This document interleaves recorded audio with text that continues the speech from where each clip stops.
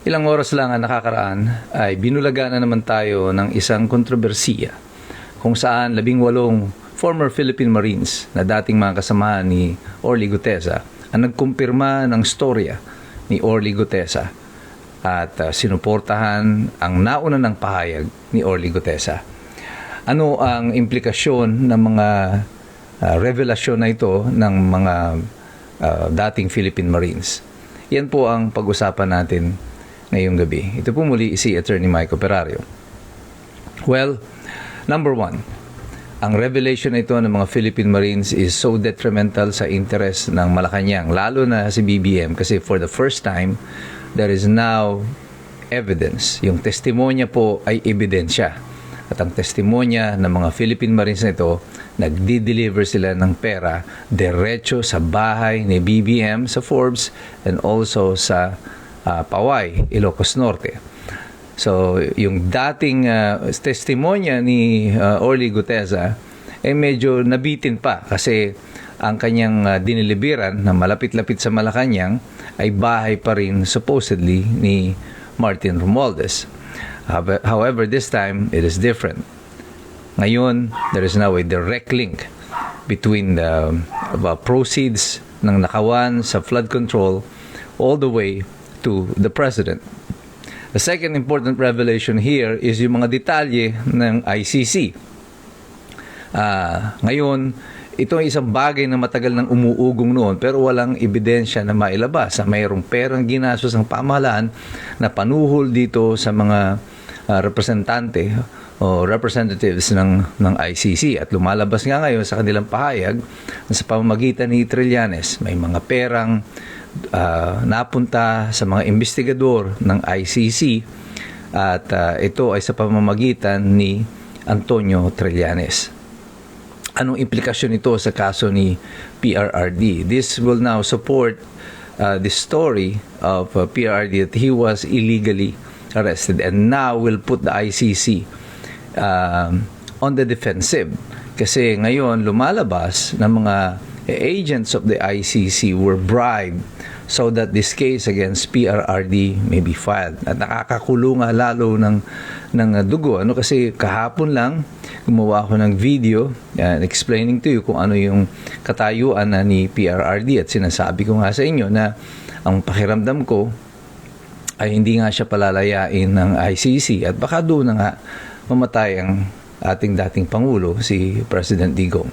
And then malalaman natin ito na ang dahilan kung bakit nagkaganyan ay ginamit din ang pera ng Republika upang siguraduhin na si PRRD ay makukulong sa Hague at mananatili doon.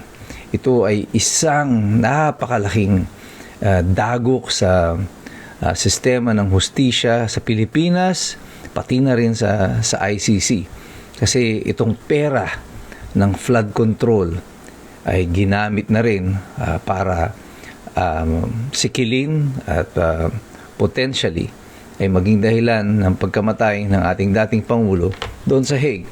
Kaya maintindihan mo ang lalong masidhing galit ng mga mamamayan dito sa mga bagong revelasyon na ito. Ang ikatlo na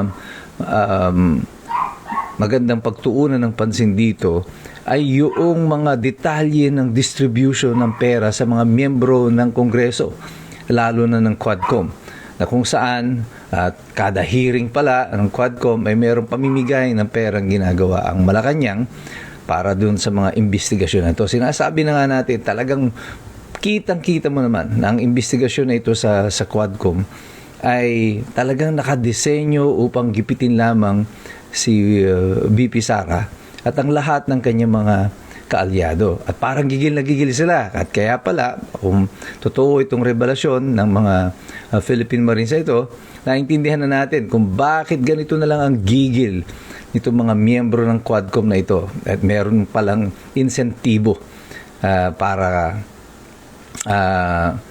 sila ay maging ganito. At babuyin na nila yung sistema ng investigasyon dahil may pakinabang nga. At ang ginawa nito mga Philippine Marines ito, binigay nila sa atin ng detalye kung magkano ang aktual na pakinabang. Between 5 to 10 million kada hearing. At wala sa kanila yung pera na nagagastusin kasi galing din naman pala yan doon sa flood control.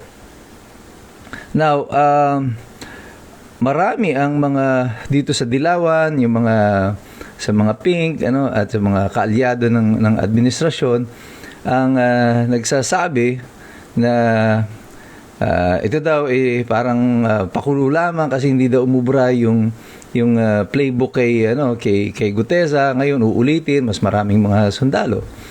But what you don't realize is that Orly Gutesa is missing. His family is in trouble. Si Orly Gutesa put his life on the line. He is at risk. He could probably be dead for all we know.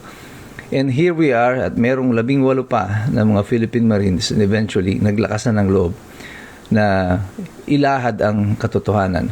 Kaya sinasabi nila na parang bumabalik lang sa failed playbook ni Gutesa is hindi sila makapaniwala na may mga sundalo pa, mga Philippine Marines pa na ipapagpalit ang kanilang katatayuan para sa prinsipyo, para sa bayan. It's maybe because they don't understand how the mentality of the Philippine Marines work. Ang mga sundalo na ito ay mga frontliners natin sa mga digmaan. They fight on the basis of principle and love of country. At yan ay isang bagay na hindi naintindihan ng mga congressman ngayon, ng mga pink, ng mga dilaw, ng nasa administrasyon, ng mga komunista, because they have no love for our country.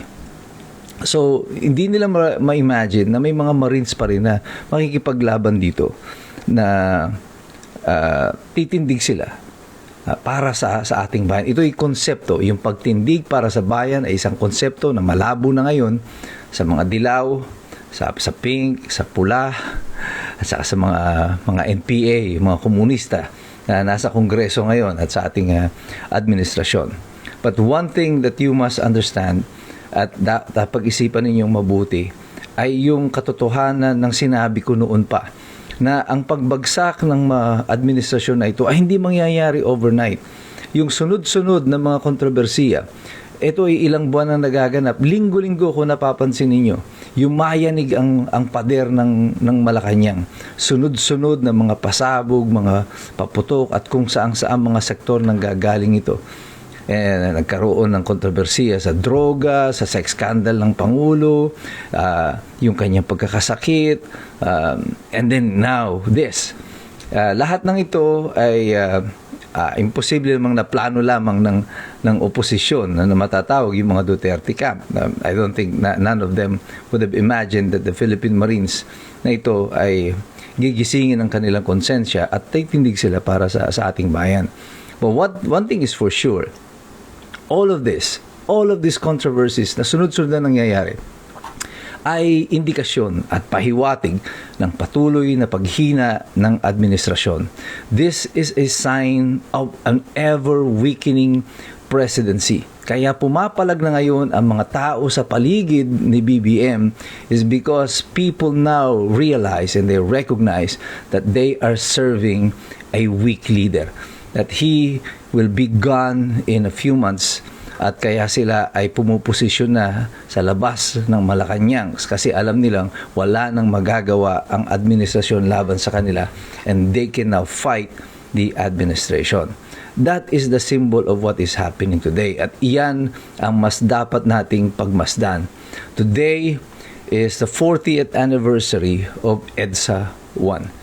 With all of this happening in our country, so nagaganap ito sa ating bansa. Marami pa ang mga susunod na kabanata. But one thing is for sure, the foundation of power in Malacanang has been shaken. Kaya tayong lahat patuloy tayong magmamasid, makikilahok, mag-aaral. Sapagkat alam natin, mahirap makialam ang taong walang alam. So God bless you. God bless us all. Mabuhay ang Republika ng Pilipinas.